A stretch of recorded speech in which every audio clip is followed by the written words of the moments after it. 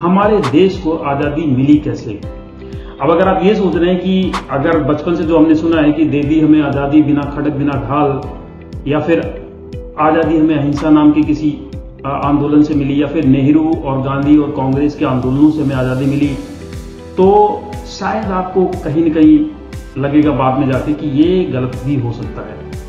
तो आज के वीडियो का जो टॉपिक है इंडिया बेस्ट केप्ट सीक्रेट या फिर टॉप सीक्रेट ऑफ इंडिया, जब उसके बारे में बात करेंगे तो आपको क्लियर हो जाएगा कि एक्चुअली में हमारे देश भारत को आजादी कैसे मिली। तो इंडिया टॉप केप्ट सीक्रेट क्या है?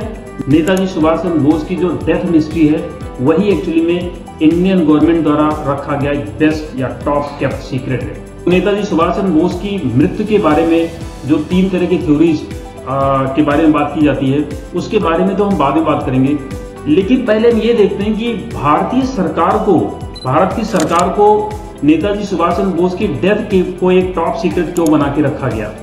उसके बारे में कभी भी जो भी फाइलें हैं वो सार्वजनिक क्यों नहीं की गई, और कभी भी किसी सरकार का एक क्लियर कट स्टेटमेंट क्यों नहीं आया कि नेताजी सुभाष चंद्र बोस की मृत्यु कब हुई, कैसे हुई, जब बताया गया तभी हुई या उससे बहुत बाद में हुई।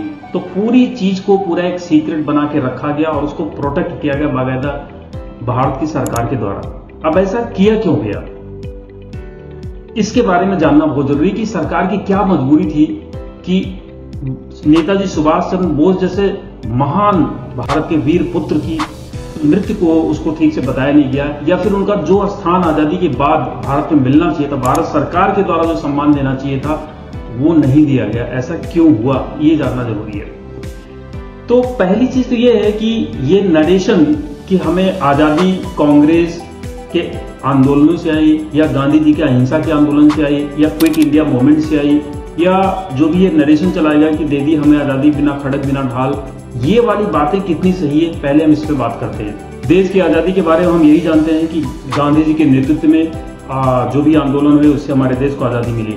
लेकिन यहाँ पे थोड़ा सा जानने वाली बात है कि गांधी जी के नेतृत्व में यानी कि उनके साथ या उनके नीचे कौन कौन से और लीडर्स थे, कौन कौन से और फ्रीडम फाइटर्स थे, कौन कौन से और बड़े नाम थे, थोड़ा उनके बारे में हम देखते हैं। उनमें से एक बहुत बड़ा नाम जो आता है वो नेताजी सुभाष चंद्र बोस का है ऑब्वियसली। उसके अलावा सरदार वल्लभ भाई पटेल थे। इसके अलावा जो लाल बाल पाल यानी कि लाला लाजपत राय, बाल गंगाधर तिलक और बिपिन चंद्र पाल, इनका नाम है। वीर सावरकर जी का है नाम, और इसके अलावा सरदार वल्लभ भाई पटेल। तो ऐसे बहुत सारे नाम थे जो उस समय के टॉप लीडरशिप में आते थे। लेकिन ये भी एक ध्यान देने वाली बात है कि इनमें से लगभग सभी का गांधी जी से मतभेद रहा है। मतभेद पता नहीं रहा है कि नहीं रहा है, उसके बारे में नहीं कहता, लेकिन मतभेद जरूर रहा है। वीर सावरकर के साथ बिल्कुल 36 का आंकड़ा था, उनके विचार गांधी जी से बिल्कुल मिलते नहीं थे। और लगभग यही बात लाल बाल पाल के बारे में, सरदार वल्लभ भाई पटेल के बारे में, नेताजी सुभाष चंद्र बोस के बारे में भी कही जा सकती है। तो क्या ये सारे नाम जो हमने बोले, जैसे लाल बाल पाल या सुभाष चंद्र बोस या सरदार वल्लभ भाई पटेल या वीर सावरकर, इन सबका आजादी की लड़ाई में कोई योगदान नहीं था? और ऐसा क्यों था कि सबका गांधी जी के साथ मतभेद था? और ऐसा क्यों हुआ कि ये सारे जो नाम मैंने गिनाए वो सब अंग्रेजों के द्वारा बहुत प्रताड़ित हुए, उनको बहुत सारी सजाएं मिली। लाला लाजपत राय को तो अंग्रेजों ने पीट कर लाठियों से मार डाला। वीर दामोदर सावरकर को तो 2 जन्म का आजीवन कारावास मिला, काले पानी की सजा में उन्होंने भयंकर यातनाएं भोगी। और लगभग वैसा ही कुछ सुभाष चंद्र बोस के साथ भी हुआ। 1942 में जब गांधी जी के नेतृत्व में क्विट इंडिया मूवमेंट शुरू किया गया, तो एक्चुअली में अंग्रेजों को इस आंदोलन की भनक पहले से लग गई थी, क्योंकि हमारे देश में तो गद्दारों की कमी कभी रही नहीं है, और उनके गुप्तचर जगह जगह बिखरे हुए थे, और उनके माध्यम उनको पता लग गया कि कांग्रेस इस तरह के किसी आंदोलन का प्लान कर रही है, और उन्होंने बेरहमी से उस आंदोलन को कुचलने का काम किया। उन्होंने लोगों को जेलों में ठूस दिया, उन पर जबरदस्त अत्याचार किए। गांधी जी को भी बहुत दिन तक उन्होंने जेल में बंद करके रखा, और लगभग इस आंदोलन की कमर उन्होंने तोड़ दी। यहां तक कि उस जेल से निकलने के बाद जब गांधी जी ने इस आंदोलन को वापस लिया, उनसे पूछा गया आप क्या करोगे आप, तो उन्होंने बोला कि कांग्रेस में अब मैं कुछ भी नहीं हूं, और मेरी तरफ से कोई भी आंदोलन नहीं होने वाला। इस कदर वो टूट चुके थे, इस कदर जो है अंग्रेजों ने इस आंदोलन को नेस्तनाबूद किया। तो इसका मतलब यह है कि आजादी का क्विट इंडिया मूवमेंट से, यानी कि अंग्रेजों भारत छोड़ो जो आंदोलन था, उससे कोई संबंध नहीं था। वो एक्चुअली वापस ले लिया गया था, बंद हो गया था, खत्म हो गया। और उसके बाद 1945 में जब इंग्लैंड की सेकेंड वर्ल्ड वॉर में जीत हो गई, विजय तो हो गई, लेकिन उनको उसमें बहुत सारा लॉस, बहुत सारा नुकसान उसमें उठाना पड़ा। 18 अगस्त 1945 को जब ये समाचार आया कि नेताजी सुभाष चंद्र बोस का ताइवान के ताइपेई में एक विमान दुर्घटना में मृत्यु हो गई है। तो उसके बाद उन्होंने आज़ाद हिंद फौज के जो भी सैनिक थे उनको अंग्रेजों ने गिरफ्तार करके और उनको भयंकर यातनाएं देना शुरू किया। जहां जहां जो भी मिलता था उसको भयंकर क्रूर उस पर अत्याचार किए जाते थे। लेकिन ये बात एक्चुअली में जो ब्रिटिश इंडियन आर्मी थी, यानी कि वो आर्मी जिसके थ्रू ब्रिटिशर्स यहाँ पर रूल अपना चलाते थे, राज चलाते थे, जब उनको ये बात पता लगी तो उनमें थोड़ा सा राष्ट्रीयता की भावना पनपने लगी और वो थोड़ा सा कहीं कहीं उसका विद्रोह, थोड़ा बहुत उसका विरोध होना शुरू हो गया। यानी कि और जो ब्रिटिश इंडियन आर्मी थे वो एक्चुअली इसमें ज्यादातर इंडियन थे। करीब 25 लाख की आर्मी थी, जिसमें से 25 लाख तो सारे इंडियन आर्मी के लोग सारे इंडियन ही थे, भारतीय थे। सिर्फ 40,000 अंग्रेज थे जो कि अफसर थे, बेसिकली जो आदेश देने का काम करते थे। लेकिन ग्राउंड पे जो काम करता था, जो भी एग्जीक्यूशन होता था, उसमें सारे भारतीय सैनिक ही थे। तो वो भारतीय सैनिकों में थोड़ा विद्रोह की भावना आने लगी। ब्रिटिश जो इंडियन आर्मी थी और ब्रिटिश जो इंडियन नेवी थी और इवन ब्रिटिश इंडियन एयरफोर्स में भी वो विद्रोह की भावना आने लगी और अंग्रेजों के ऊपर वो मार पिटाई और उनका विरोध लगातार बढ़ता जा रहा था। अब कहाँ 25 लाख की सेना, और वो सेना जो वर्ल्ड वॉर फर्स्ट में भी लड़ चुकी थी और अपनी वीरता का परिचय दे चुकी थी, और वर्ल्ड वॉर सेकेंड में भी उन्होंने इंग्लैंड के लिए जबरदस्त काम किया था। तो भारतीय सेना की जो क्षमता थी, जो वीरता थी, उससे अंग्रेज परिचित थे और जानते थे अगर इस सेना ने पूरी तरह से विद्रोह कर दिया तो हम तो यहां से, हमारी इज्जत ही सारी निकल जाएगी, हमें बुरी तरह से भागना पड़ेगा यहाँ पे। तो उनको कहीं न कहीं ये बू आने लगी थी कि अब यहां पर चूंकि इंडियन आर्मी खिलाफ हो रही है हमारे, और वो 25 लाख की आर्मी है, तो अब यहां पर रूल करना हमारे लिए संभव नहीं हो पाएगा। तो अब वो क्या चाहते थे, वो एक सेफ रेस्पेक्टफुल स्केप यहां से चाहते थे कि मैं इज्जत से हम लोग यहां से चले जाए। और ऐसे में उन्होंने ट्रांसफर ऑफ पावर का डिसीजन लिया, यानी कि सत्ता का हस्तांतरण करने का उन्होंने डिसीजन लिया। और सत्ता का हस्तांतरण उन्होंने किसको करना था, जो उनकी बात सुनते थे, जो उनके साथ बैठ के चाय पानी शाम को करते थे, जो उनकी हाँ में हाँ मिलाने वाले लोग थे, उन्हीं को करना था। वो सुभाष चंद्र बोस या उनकी जैसी विचारधारा वाले किसी को तो सत्ता सौंप नहीं सकते थे। तो इसलिए उन्होंने गांधी जी की अगुवाई में सत्ता का हस्तांतरण किया और आजादी मिलने के बाद देश को वैसे ही चलाया गया जैसे अंग्रेज चाहते थे।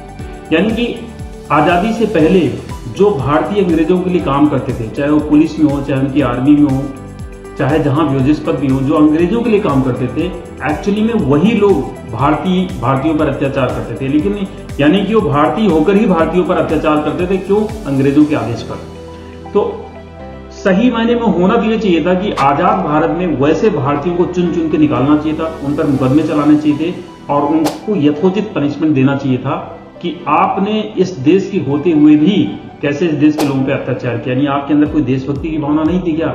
लेकिन ऐसा हुआ नहीं, हुआ इसका उल्टा। क्या हुआ कि जो भी अंग्रेजों के लिए काम करते थे, चाहे वो पुलिस में रहे हो, चाहे आर्मी में रहे हो, या चाहे किसी और पद पे रहे हो, उनको आजादी के बाद सजा देने की जगह और अच्छे अच्छे पदों पर, पावरफुल पदों पर बैठाया गया, उनको पेंशनें दी गई और इस तरह से एक इकोसिस्टम क्रिएट किया गया।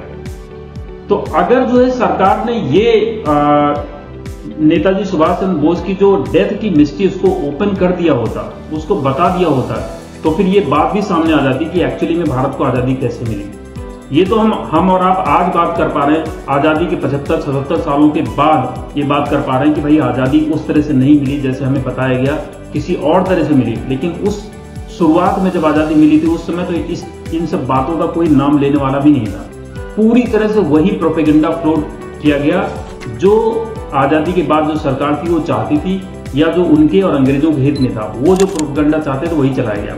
इवन गांधी नाम की एक फिल्म भी बनाई गई जिसको ब्रिटिश सरकार ने फंड भी किया था और एक तरह से भारतीय सरकार के प्रोपेगेंडा के रूप में उसको फ्लोट किया गया। आप यकीन नहीं मानेंगे कि उस पूरी फिल्म में नेताजी सुभाष चंद्र के ऊपर कहीं 1 मिनट का भी कुछ नहीं दिखाया गया है। इतनी आजादी के इतने बड़े नायक के बारे में कहीं कोई नाम ही नहीं है। जबकि 1938 में जब कांग्रेस के अध्यक्ष का चुनाव हुआ था तो महात्मा गांधी ने अपना उम्मीदवार सुभाष चंद्र बोस के अगेंस्ट में खड़ा किया था, लेकिन फिर भी सुभाष चंद्र बोस ने गांधी जी को जो कैंडिडेट थे पट्टाभी सितरमैया, उनको बुरी तरह से हरा दिया था। लेकिन बाद में उनको वहां पे काम नहीं करने दिया गया क्योंकि गांधी जी की तो चलती थी कांग्रेस में, और सुभाष चंद्र बोस जी को वहां से रिजाइन कर देना पड़ा। और रिजाइन करने के बाद उनको 12 बार अंग्रेजों ने जेल में डाला, उन पर यातनाएं की, उनको पीटा, उनकी स्नूपिंग करी, सब कुछ किया। और अंततः नेताजी सुभाष चंद्र बोस कलकत्ता की जेल से निकलकर भागे और धनबाद होते हुए लाहौर पहुंचे और वहां से वो जर्मनी पहुंचे, जहां उन्होंने हिटलर से मुलाकात की और हिटलर ने उनके लिए बंदोबस्त किया पनडुब्बी का। वहां से वो सिंगापुर गए, सिंगापुर से फिर वो जापान के प्रधानमंत्री से मिली। आप सोचो कि भारत माता के इतने महान सुपुत्र, कितना तेज उनका दिमाग रहा होगा, कितने बड़े विजनरी थे वो, उनकी इन्फ्लुएंस करने की पावर कितनी जबरदस्त थी, कितने बड़े नेता थे। सोचिए हिटलर जैसे माइंड को उन्होंने इन्फ्लुएंस कर दिया, जिसने उनके लिए स्पेशल पनडुब्बी की व्यवस्था की, सिंगापुर में उनके सारा इंतजाम कराया। जापानी प्रधानमंत्री को भी उन्होंने इन्फ्लुएंस कर दिया कि जापान सिंगापुर पे अटैक करने वाला था, सिंगापुर उस समय अंग्रेजों के कब्जे में था और उसको जापान लेना चाहता था, तो जापान उस पर अटैक करना चाहता था। तो इन्होंने जापानी पीएम को सजेशन दिया कि अंग्रेजों की आर्मी में तो 45 से 50 हजार इंडियन ही है, तो क्यों ना जब आप बम गिराओ तो उसके साथ पर्चे गिराओ कि आप भारतीय होकर क्यों अंग्रेजों के लिए लड़ रहे हैं, अपने लिए लड़िए। आजाद हिंद फौज में भर्ती हुई है और ये सब करने के बाद वो वहां पर लगभग 45,000 लोगों की अपनी आजाद हिंद फौज का गठन करने में कामयाब हो गए। सोचिए कहां भारत, कहां जर्मनी, कहां जापान और कहां सिंगापुर, उन्होंने 45,000 लोगों की आजाद हिंद फौज तैयार कर ली। और वो भी उस टाइम पर जब means of communication, means of transportation कितना धीमा था और कितना कम था। तो इससे हम समझ सकते हैं कि भारत माता के कितने महान और वीर पुत्र, रेयरली टैलेंटेड नेताजी सुभाष चंद्र बोस जैसे व्यक्तित्व को किस तरह से उनका यथोचित जगह नहीं दी गया, उनका डिसरेस्पेक्ट किया गया और उनके साथ जितना बुरा कर सकते थे उतना बुरा किया गया। सुभाष चंद्र बोस कहा करते थे कि अगर देश गांधी जी के अहिंसा वाले सिद्धांत पे चला तो निश्चित ही खड्डे में जाके गिरेगा। और इवन डॉक्टर भीमराव अंबेडकर ने भी इस बात का समर्थन किया था कि अहिंसा का सिद्धांत देश हित में नहीं है। लेकिन उसी अहिंसा के सिद्धांत से ही देश को चलाने की कोशिश की गई और अंग्रेजों ने भी एक बहुत बड़ी चालाकी की कि जब यहां पर अंग्रेज छोड़ के गए तो उसमें इंडियन, जो ब्रिटिश इंडियन आर्मी थी यहाँ पे, उनकी संख्या करीब 25 लाख की थी। उन्होंने पूरी सेना में उसमें कट ऑफ कर दिया और उनकी संख्या घटा के सिर्फ 3.5 लाख रखी और वो भी आजादी के बाद 2 भागों में बढ़ गई, कुछ पाकिस्तान चले, कुछ हिंदुस्तान में रह गए। तो यहाँ पर सेना बड़ी नाम मात्र की बची थी और जवाहरलाल नेहरू ने जो बची खुची सेना थी उसको भी एलिमिनेट करना चाहा। आजादी के बाद हमारी सरकार कोई विश्व शांति का एक मंदिर यहाँ पे हिंदुस्तान में बनाना चाहती थी। 1955-56 में तब के राष्ट्रपति डॉक्टर राजेंद्र प्रसाद ने जवाहरलाल नेहरू जी को लेटर लिखा। ये नेशनल आर्काइव में, ये रिकॉर्ड्स में है। उन्होंने लेटर लिखा था कि हमें अपनी सेना को एलिमिनेट कर देना चाहिए, हमें सेना की क्या जरूरत है। और ये एलिमिनेशन जो होगा वो जो हम विश्व शांति का जो मंदिर बना रहे हैं उसके ऊपर एक कलश का काम करेगा। ये डॉक्टर राजेंद्र प्रसाद, जिनको बड़ा इंटेलिजेंट माना जाता था, बहुत जबरदस्त स्कॉलर थे और जिनको तीनों सेनाओं का हाईएस्ट कमांडर माना जाता था, उनके ये विचार थे। तो अब आप समझ सकते हो कि जिन लोगों ने इतने सालों तक शासन किया, राज किया, उनका विजन क्या था, उनकी स्ट्रेटेजिक समझ क्या थी, ऑलमोस्ट जीरो। और हमारे सेना पर कोई ध्यान नहीं दिया गया। जवाहरलाल नेहरू ने बोला कि हमारे लिए तो पुलिस ही बहुत है, सेना की क्या जरूरत है। और इसका फायदा चाइना ने उठाया। 1962 में इतनी गंदी मार लगाई हिंदुस्तान को, हिंदुस्तान की आर्मी को, लेकिन हमारे देश के वीर जवानों ने तब भी अपनी वीरता का बहुत परिचय दिया। लेकिन सरकार का कोई सपोर्ट नहीं था, कोई सुविधा नहीं थी, कोई आर्म एंड एम्युनिशन थे ही नहीं उस समय पे। सोचिए कि जिस आर्मी ने इंग्लैंड को फर्स्ट वर्ल्ड वॉर जिताया, 12 विक्टोरिया क्रॉस इंडियंस को मिले थे उस समय फर्स्ट वर्ल्ड वॉर में, सेकेंड वर्ल्ड वॉर में भी जिताया। इवन अंग्रेज कहा करते थे कि इंडियन से बढ़िया तो हमारे लिए कोई हो नहीं सकता लड़ने के लिए, क्योंकि ये खाते आधा है और लड़ते दोगुना है। तो ये तो फेमस थी। तो इतनी प्रतापी सेना, हमारे अंदर इतनी फायर पावर थी कि कोई अगर विजनरी नेता होता तो शायद हम विश्व की ताकत बन सकते थे। लेकिन नपुंसक नेतृत्व ने हमें चाइना के खिलाफ मुंह की खवा दी। फिर बाद 1964 में श्रीमान पंडित जवाहरलाल नेहरू इस दुनिया से परलोक सिधार गए। बहुत एहसान किया उन्होंने इस देश के ऊपर। शायद 1965 में पाकिस्तान आप भिड़ा हमसे, और वो भी बेसिकली एक ड्रॉ ही था, उसमें कोई विजय नहीं थी। हमें बहुत बढ़ा चढ़ा के इस पर नहीं कहना चाहिए, वो एक ड्रॉ था। एक्चुअली हमें पाकिस्तान का धन्यवाद करना चाहिए कि उन्होंने 3-4 बार आक्रमण करके हमें लड़ना सिखाया, हमें तैयार होना सिखाया। 1971 तक आते आते हम एक अच्छी फोर्स में बदल चुके थे, एक अच्छी ताकत बन चुके थे, एक अच्छी आर्मी बन चुके थे हम, और उन्होंने बुरी तरह से पाकिस्तान को हराया। तो सुभाष चंद्र बोस ने जो कुछ भी बोला, उनका जो भी प्रेडिक्शन था वो 100% ट्रू था। तो इससे ये बात आपको बहुत कुछ पता लग गई होगी कि भाई आजादी एक्चुअली में इंडियन आजाद हिंद फौज के विद्रोह, आजाद हिंद फौज की वजह से आई, क्योंकि उन पे जो अत्याचार हो रहे थे उसकी वजह से ब्रिटिश इंडियन आर्मी ने विद्रोह किया और उसकी वजह से अंग्रेजों के यहाँ से भागना पड़ा। अगर ऐसे नहीं भागते तो उनको यहाँ से पीट पीट के भगाया जाता। और उन्होंने फेस सेविंग अपना एक ये किया, ट्रांसफर ऑफ पावर कर दिया इन लोगों के नाम, जो कि उनके पिट्ठू थे, जो उनके चमचे थे, और इन्होंने शासन उसी तरह चलाया जैसे अंग्रेज चलाया करते थे। तो ऐसे में अगर नेताजी सुभाष चंद्र बोस की मिस्ट्री को उजागर कर देते कि वो अभी जिंदा हैं या फिर कैसे मरे, तो हो सकता है सारी बात, सारी पोल खुल जाती, सारा प्रोपेगेंडा, सारा पर्दा फाश हो जाता। इसीलिए तब की सरकारों को इसको बेस्ट केप्ट सीक्रेट बना के रखना पड़ा, उनकी मजबूरी थी। लेकिन बाद की जो सरकारें आई उन्होंने भी पूरी तरह से उन तथ्यों को उजागर नहीं किया। 2014 में नरेंद्र मोदी जी की सरकार आई, उन्होंने कुछ फाइलों को सार्वजनिक किया है, लेकिन उसमें भी बहुत सारे जो क्रिटिकल फैक्ट्स उनको उजागर नहीं किया। तो अब आते हैं कि नेताजी सुभाष चंद्र बोस के जो 3 जो थ्योरी चलाई जाती है मृत्यु के बारे में, उन पर थोड़ी सी बात करते हैं। उनमें से ये बताया था कि 18 अगस्त 1945 को वो वियतनाम से उनको मास्को जाना था, तो पहले उनका प्लेन जो है ताइवान में उतरना था या लैंडिंग करनी थी, ऐसा कुछ था, और वहीं पे उनका प्लेन क्रैश कर गया, वहां पे उनकी मृत्यु हो गई। और उसके बाद उनका अंतिम संस्कार करने के बाद उनकी हड्डियों को जापान के किसी एक टेम्पल में रखा गया, जो आज भी वहां पर है। सुभाष चंद्र बोस की 100वीं जयंती पर कुछ लोगों ने ऐसी मांग उठाई कि क्यों ना हम जापान से नेताजी सुभाष चंद्र बोस की हड्डियों को वापस लाएं और उनका उचित सम्मान दिया जाए। लेकिन उस समय के जो डिफेंस मिनिस्टर थे मुलायम सिंह यादव ने बोला भी कि हाँ, हम नेताजी की हड्डियों को वापस लाएंगे। लेकिन ऐसे में कुछ लोगों ने कोलकाता हाईकोर्ट में एक रिट फाइल कर दी कि भाई जब हमें पूरी तरह क्लियर नहीं है कि वो हड्डियां नेताजी की ही हैं, तो हमें उसको नहीं लाना चाहिए, पहले हमें उसकी डीएनए जांच करानी चाहिए उसकी। और इस तरह से वो चीज वहां पर रुक गई। एक फैक्ट जो निकल के आया कि कोलकाता हाईकोर्ट के जो जज थे प्रभाशंकर मिश्रा, उन्होंने उस समय के सरकारी वकील से पूछा कि क्या फैक्ट क्या इस बारे में, और उस समय के सरकारी वकील ने ये एक्सेप्ट किया कि ताइपे में, ताइवान में कोई ऐसी विमान दुर्घटना नहीं हुई। और एक्चुअली में ऐसा कोई रिकॉर्ड ताइवान की गवर्नमेंट के पास है भी नहीं कि वहां पे कोई 18 अगस्त 1945 में कोई विमान दुर्घटना हुई थी, जबकि सरकार की तरफ से ऑफिशियली यहाँ की भारत देश की जनता को यही बताया गया है कि 18 अगस्त 1945 को विमान दुर्घटना में सुभाष चंद्र बोस मरे। तो ये एक मिस्ट्री है, एक सीक्रेट है, इसमें रहस्य है ही। फिर तीसरी जो चलाई जाती है वो ये कि सेकेंड वर्ल्ड वॉर में जब जापान और जर्मनी की हार हो गई और इधर से जो आजाद हिंद फौज ने मणिपुर से अटैक किया था उसको भी विफल हो गया एक तरह से, क्योंकि उनको आर्म एमिनेशन मिलना बंद हो गया और उनकी पराजय हो गई।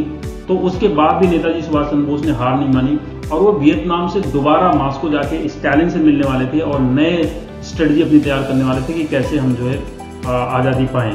और उसके लिए वो गए मास्को और वहां से फिर उनको मंचूरिया ले जाया गया।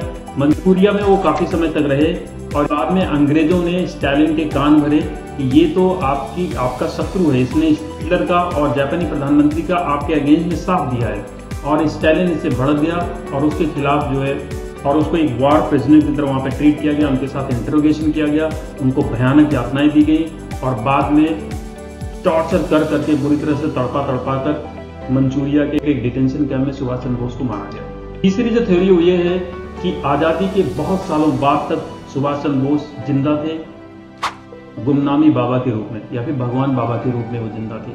और वो उत्तर प्रदेश के बहुत सारे पार्ट में बहुत दिनों तक रहे, बस्ती डिस्ट्रिक्ट में रहे, अयोध्या में वो गुमनामी बाबा के रूप में रहे, वो मिस्रिक में वो नैमिषारण जैसी जगहों पर रहे और 1985 तक वो जिंदा थे। और तब तक भारतीय सरकार का उनसे बाकायदा कनेक्शन भी था, कांटेक्ट भी था। और कहा तो ये भी जाता, उनके क्लोज लोग ये भी बताते हैं कि उनसे मिलने के लिए इंदिरा गांधी जी भी गई, प्रणब मुखर्जी गए और भी भारत सरकार के बड़े बड़े नेता उनसे मिलते रहते थे, कनेक्शन में रहते थे। लेकिन वो ओपनली कभी नहीं आते थे। जब भी उनके बारे में कभी लोगों को ज्यादा लोगों को पता लगता था तो अपना स्थान परिवर्तन कर देते थे और कभी भी खुल के अपना फेस नहीं दिखाते थे। कोई मिलने जाता था तो भी वो पर्दे के पीछे से बात करते रहते थे उनकी। लेकिन उनकी जो आवाज की गंभीरता थी बिल्कुल सुभाष चंद्र बोस के जैसी थी, उनके नाक उनके कान बिल्कुल सुभाष चंद्र बोस के जैसे ही थे और वो मेंटली बहुत एवोल्यूटेड व्यक्ति हो चुके थे तब तक। मतलब जिसे कहते हैं ना कि सूक्ष्म शरीर रख के भी आप कहीं जा सकते हो, तो उस तरह की बातें वो करते थे। वो कहते थे कि sitting here I can tell you the temperature of Ladakh, sitting here I can tell you what is cooking in the kitchen of prime minister. तो इस तरह की बातें होती रहती थी। तो बहुत सारे लोग ये कहते हैं कि आज़ादी के बहुत दिनों बाद तक भी सुभाष चंद्र बोस जिंदा थे, 1985 तक जिंदा थे एक्चुअली में। लेकिन जब उनसे पूछा जाता था कि आप खुल के क्यों नहीं आते थे, तो वो कहते थे कि हमारा खुल के आना हमारे देश के इंटरेस्ट में नहीं है, इससे देश में बवाल मच सकता है, बहुत बड़ी हिंसा हो सकती है और एक तीसरे वर्ल्ड वॉर का कारण भी हमारा देश बन सकता है। क्योंकि सुभाष चंद्र बोस को हिटलर और जापानी प्रधानमंत्री के मित्रों में माना जाता था। तो अगर अब वो बाहर निकल के आते तो बहुत सारी चीजें गड़बड़ हो सकती थी और इसीलिए वो देश के इंटरेस्ट में खुलकर बाहर नहीं आए। इस तरह से नेताजी सुभाष चंद्र बोस का जीवन हमें ये शिक्षा देता है कि उन्होंने देश के लिए अपना सब कुछ बलिदान कर दिया। उन्होंने कभी भी कोई क्रेडिट लेने की कोशिश नहीं की है, बस अपना सिर्फ दिया ही दिया। ऐसे महान और वीर सपूत को हम याद करें और कोशिश करें कि अब आजाद भारत में कम से कम हमने उनको वो स्थान दिला सकें जिसके वो हकदार हैं। यहाँ एक से एक कुपुत्रों को हमने बहुत मान जान दे दिया है और सुभाष चंद्र बोस को आज हम नमन करते हैं और ये वीडियो हमारी तरफ से उनको एक विनम्र श्रद्धांजलि है। Thank you so much for watching this video. अगर आपको वीडियो पसंद आई हो तो प्लीज़ इसको लाइक कर दीजिए, चैनल को सब्सक्राइब कर दीजिए। Thank you so much watching. Until next time, bye. जय हिंद, जय भारत।